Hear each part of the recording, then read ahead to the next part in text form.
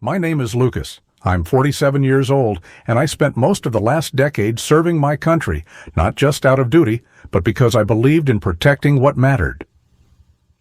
While stationed abroad on a government contract, I received a message from my wife that shattered everything I thought I knew about loyalty. She said the house had been sold, she had moved in with someone else, and I should find a place to land if I ever made it back. That moment didn't just break me, it woke me up. What you're about to hear isn't just a story about betrayal. It's about silence, preparation, and justice. It's about the kind of calm vengeance that doesn't scream, doesn't fight. It watches, learns, and strikes when the time is right.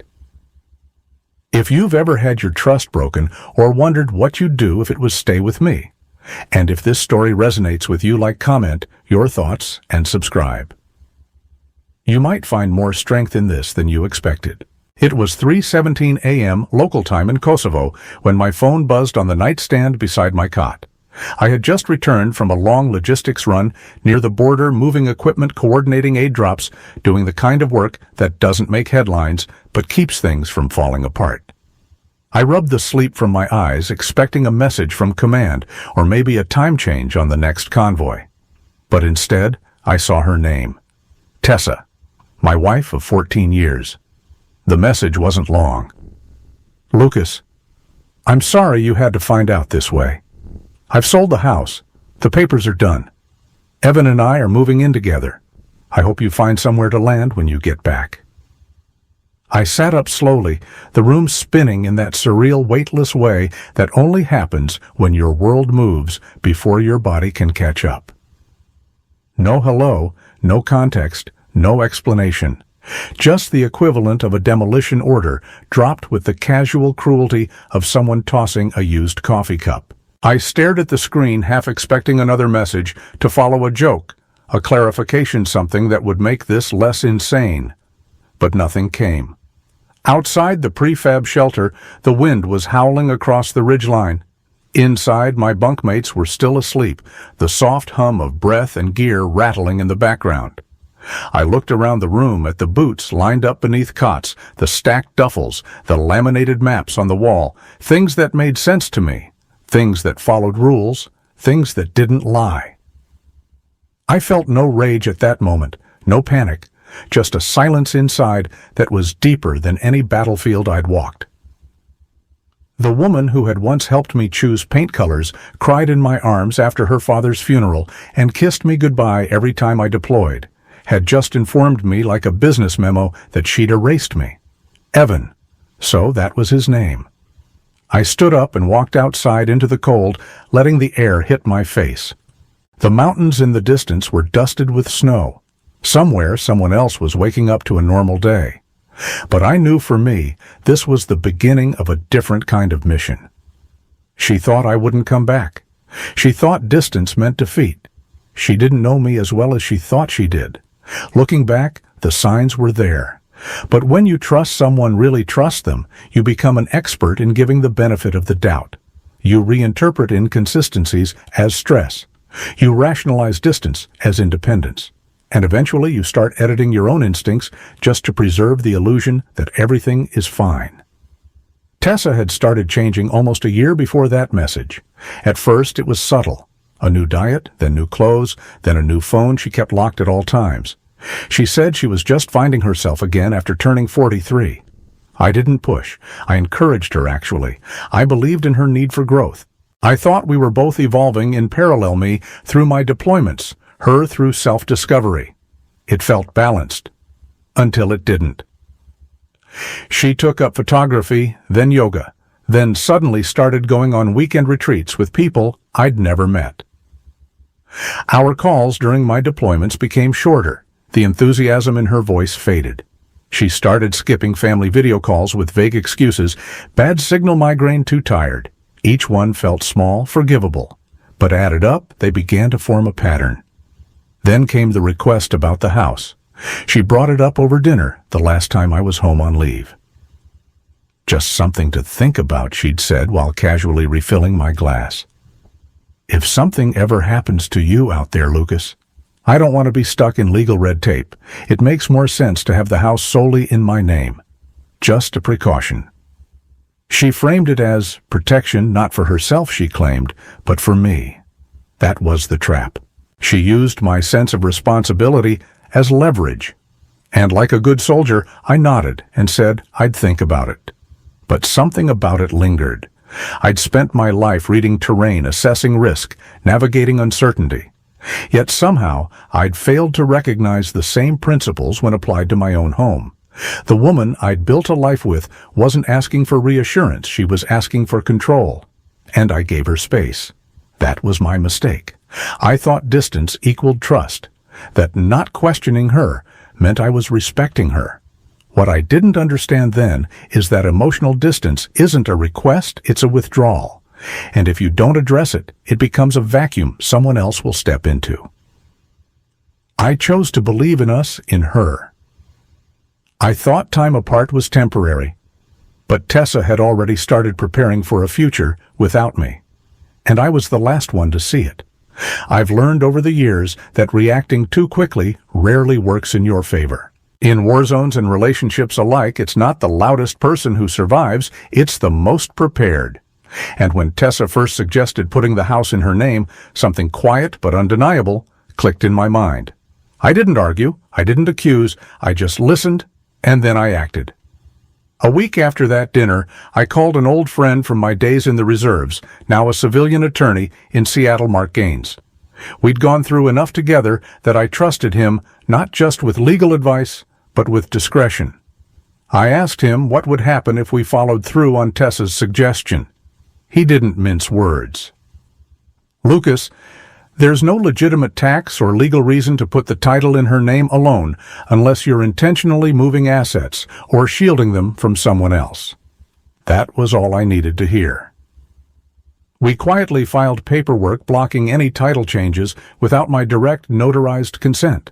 Mark also flagged the house in public records for suspicious activity, a legal firewall. I told Tessa I was still reviewing things. She looked disappointed, but didn't press. That reaction alone told me more than I wanted to know. And that's when I took the second step. I hired a private investigator. His name was Diego Salinas, a former military intel officer turned civilian investigator.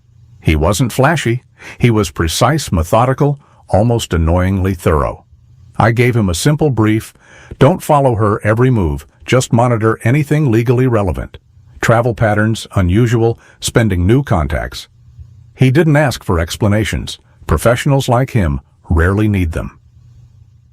Within 6 weeks, he had already sent me 3 quiet red flags: cash withdrawals from our joint account, small but consistent; hotel bookings she never mentioned; an uptick in restaurant receipts under a secondary email linked to her name; and most telling of all, 3 in-person sightings of her with the same man, once at an art show, once at a wine bar, and once leaving what Diego confirmed was a real estate office. She was getting bolder, or maybe just more certain I wouldn't notice. But what she didn't know, and what I never let on, was that I'd already shifted from confused husband to strategic operator. I didn't rage, I didn't panic, I built a case. Quietly, legally, and in full awareness that if she was moving pieces on a chessboard, I wasn't going to wait to be checkmated. In her eyes, I was still the guy blindly working overseas. But the battlefield had changed, and now I was playing on home soil. I wasn't supposed to be home until the following month, but life and foreign policy has a way of shifting without notice. A diplomatic reshuffle on the ground ended my contract early, and I boarded a military transport flight out of Kosovo 2 days after Tessa's message. I told no one except Mark Gaines. I wanted to see everything as it truly was, without giving anyone time to rearrange the furniture or put on a performance. It was raining when I landed in Seattle. Gray, cold, familiar. The airport looked the same, but I didn't. I'd come home from deployments before, but never like this, not with my marriage burned to the ground before I even stepped off the tarmac. I didn't call, didn't text. I just drove straight to Queen Anne, The neighborhood where we'd bought our home 11 years earlier, a 1927 Craftsman we'd restored together one paint stroke and mortgage payment at a time. That place wasn't just a house. It was our history in drywall and timber. But as I pulled into the driveway, I felt like an outsider. Her SUV was there, and parked next to it a black Audi with vanity plates. I didn't recognize it. I sat in the car for a moment, watching shadows move behind the curtains. Boxes by the front door. Laughter in the kitchen. The kind of scene you expect to see on a Sunday afternoon, not from someone who just informed you she'd sold your life out from under you. The locks hadn't been changed. She didn't expect me back this soon. I walked in. Tessa was in the kitchen wrapping dishes in bubble wrap like she was preparing for a casual move across town. Her hair was up face clean, calm, efficient. She froze when she saw me. "You're early," she said. "Plans changed," I replied. Then he walked in, Evan, I assumed. Late 30s, gym-slicked, wearing my old Navy hoodie like he'd earned the right. He extended a hand like we were meeting at a real estate conference. "Evan." "Heard a lot about you," he said, smile loaded with forced charm. I looked at his hand, didn't take it, just turned to Tessa. "What's going on here?" She gestured toward the table where a manila folder lay open. "It's all there. The buyers are ready. Just sign Lucas. Let's make this smooth." I walked over, flipped open the folder. Purchase agreement, transfer of ownership. My name typed signature line blank. She actually thought I'd go along with this. What she didn't know was the ink on her plan was already dissolving, and I was about to let her find out the hard way. I didn't show anger. Not yet. There's a certain kind of power in silence, in looking someone in the eye and giving them the rope they so desperately want, just to see if they'll use it to pull themselves up or hang themselves. Tessa was already halfway through the knot, and she didn't even know it. I closed the folder, calmly set it back on the table like it was a dinner menu I wasn't interested in. "I'll review everything with my attorney," I said. "Shouldn't take long." Evan shifted uncomfortably. "The buyers are expecting this to be done by Friday." "So am I," I replied, smiling slightly. Tessa tilted her head, trying to read me. She always hated when I got quiet. It made her nervous. But she tried to maintain the upper hand. "Look, Lucas, you've been gone for almost 7 months. Things have changed. I've changed. We both knew this was coming." "No," I said. "Only one of us did." I walked out without another word, got back in my truck, and drove straight to Mark Gaines's office. He was already waiting, having seen the calendar alert I'd sent from my phone the moment I walked through the front door of the house. "She tried to push through the sale again this morning," Mark said without even looking up. "Forged your signature on the transfer forms. We've got it documented. Title company flagged it. Buyer's money is still in escrow." "What now?" I asked. "Now we file a fraud alert with the county and prepare to freeze the transaction. You're still the legal owner. She can't move a dime without your signature. But the moment she tries again, we involve law enforcement." That night, I couldn't sleep. Not out of pain, but strategy.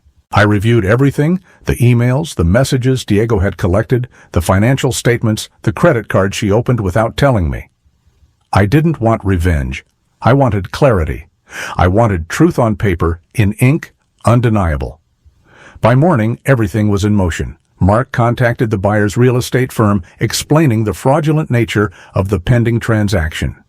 Diego pulled phone records showing she'd coordinated with Evan to falsify documentation. I had what I needed, not just to stop the sale, but to end the illusion that this was a misunderstanding. It was theft. It was calculated. It was personal. And still I said nothing to Tessa. Why? Because I needed her to believe it was working. I needed her confident, careless, and just bold enough to try one more move. People like her don't stop unless they're stopped, and I was ready to end the game, but only when the entire board was in my favor. I returned to the house the next afternoon. Same time, same rain, same Audi in the driveway. I'd already texted Mark to be on standby and sent Diego a heads up. But this time I wasn't walking in blind.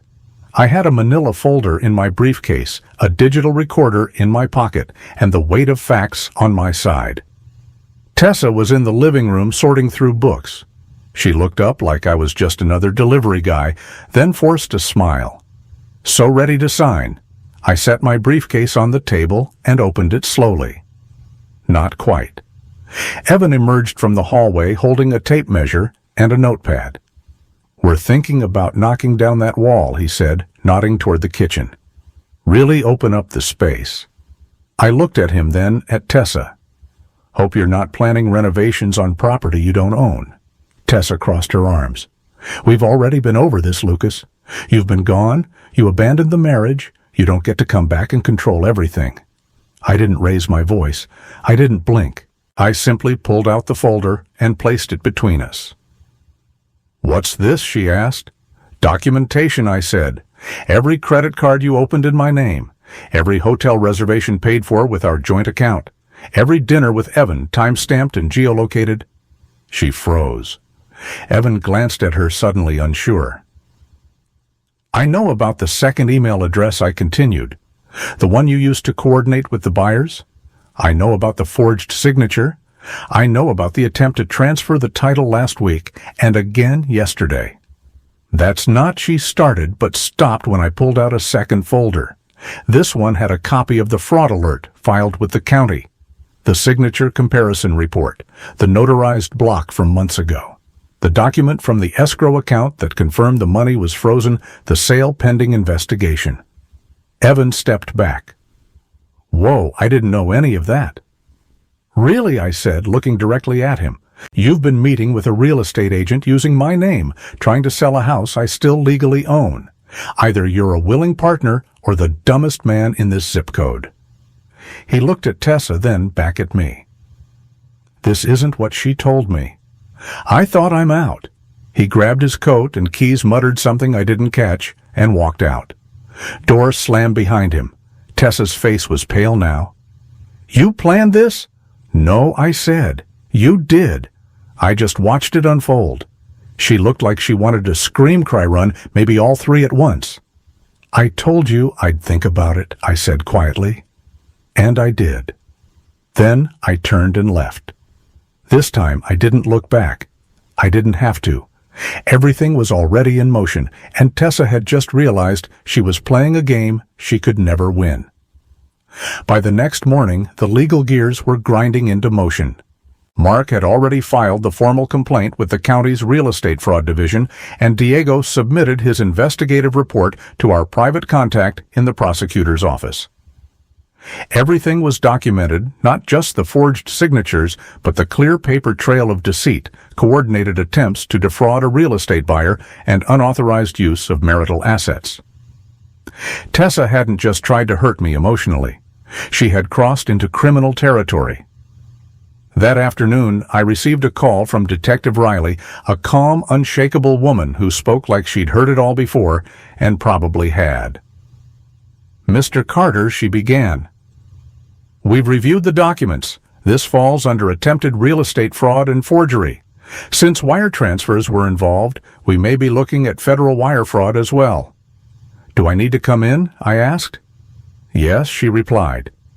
"We'd like to take a formal statement. But from what your lawyer and investigator have already provided, you've done most of our work for us." The word evidence hit me differently now. Not just as a legal tool, but as validation proof that I wasn't crazy, that my instincts had been right all along.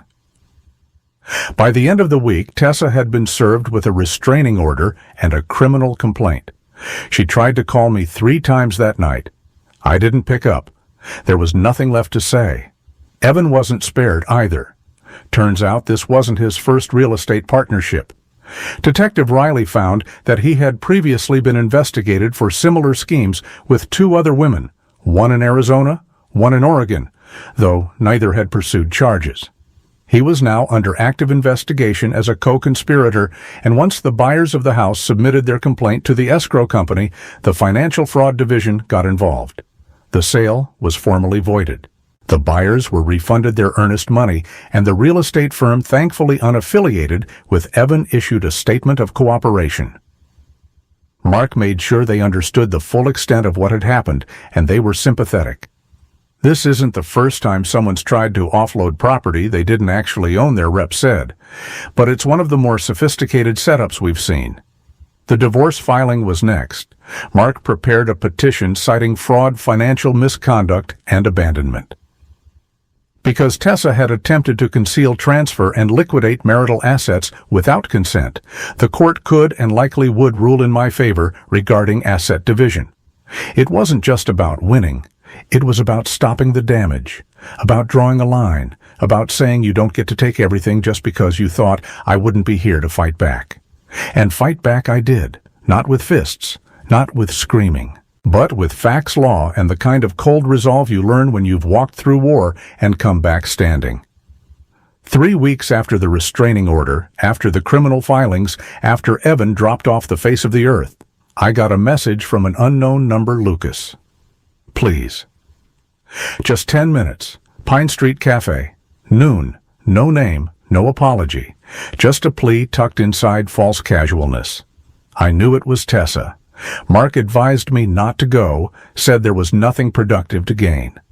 But curiosity has a way of pushing through even the strongest legal armor, and part of me, if I'm honest, wanted to see what remorse looked like on the face of someone who tried to ruin me.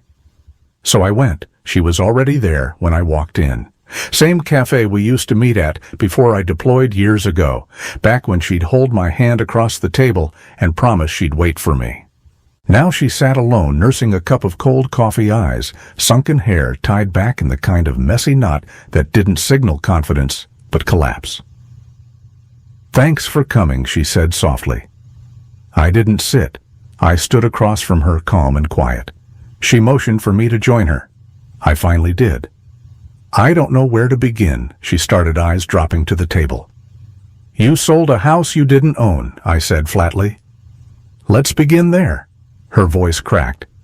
"I didn't think you'd come back so soon. I didn't think you'd find out everything."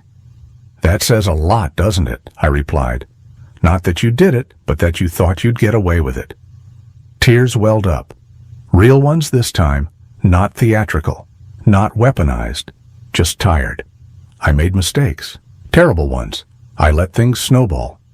Evan convinced me we could start over, that we deserved a clean slate. By erasing mine, I asked. She shook her head. "I was lonely, Lucas. You were always gone. You were building something I didn't feel part of anymore. You could have said something, asked for a divorce, talked like an adult. I was scared and ashamed. And then when I saw how easy it was to start shifting things around, I told myself it wasn't that serious, that it wasn't really stealing. It was," I said, "and now it's a criminal record." She looked at me with hollow eyes. "Do you hate me?" "No," I said after a long pause. "I don't waste hate, but I also don't forgive betrayal dressed up as victimhood." She wiped her face with a napkin. "You're going to destroy me." "No," I replied. "You did that to yourself. I just stopped you from taking me down with you." We sat in silence a moment longer. "I just wanted you to know I'm sorry," she whispered. "I know," I said. "And now I'm done." I stood, pushed the chair back, and left. She didn't follow. Some goodbyes don't need words. Some just need boundaries.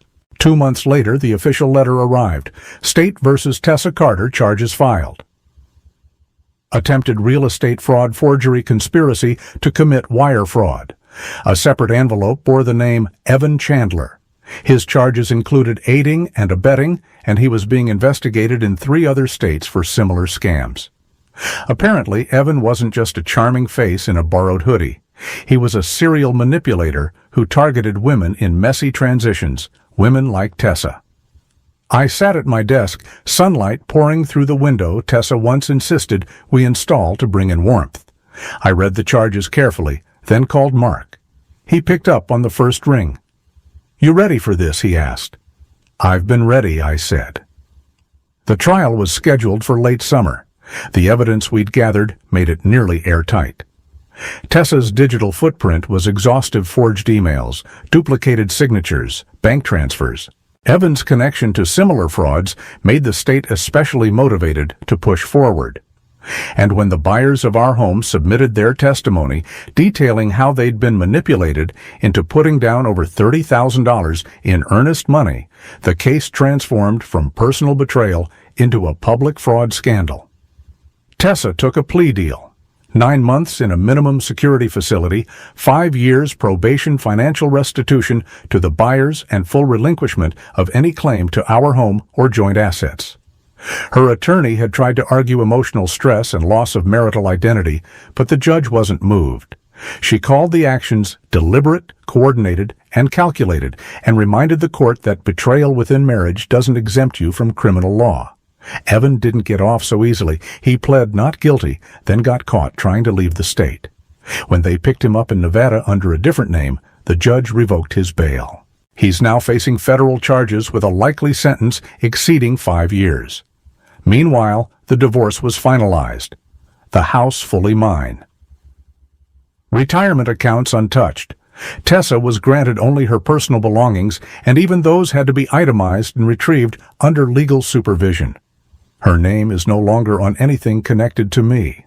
The woman who once begged me to build a life together had tried to dismantle it piece by piece.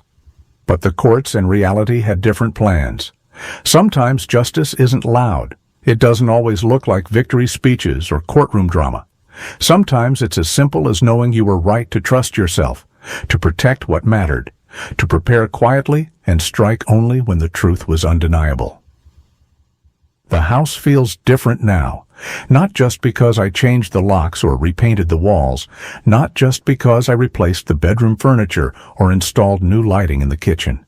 It feels different because it's mine fully, finally, undeniably mine. The weight that used to live in the corners of every room is gone. The silence here is no longer heavy. It's peaceful. I've started dating again, slowly, cautiously. Her name is Claire, an architect I met through one of Mark's clients. She knows what it means to build something brick by brick with patience and care. There's no performance, no hidden motive. Just honesty. That alone feels like a luxury. My work has never been better. I've taken on a new logistics contract stateside, allowing me to stay local. I wake up each morning with clarity. No more watching my 6. No more second-guessing the smile across the table. Tessa's chapter is over. And the lesson I carry is, this trust isn't a gift, it's a currency. You don't give it freely. You invest it in those who earn it. The betrayal nearly cost me everything, but what it gave back, peace, purpose, and power, was worth every scar. From a legal standpoint, what happened to Lucas isn't just betrayal, it's fraud.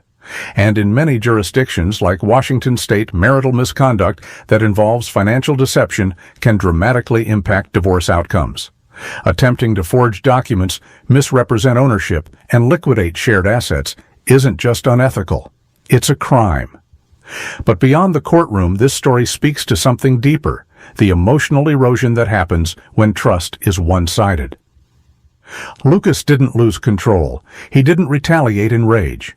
He did something far more powerful. He stayed composed, prepared, and let the facts speak louder than emotion. And in the end, that's often the strongest form of justice.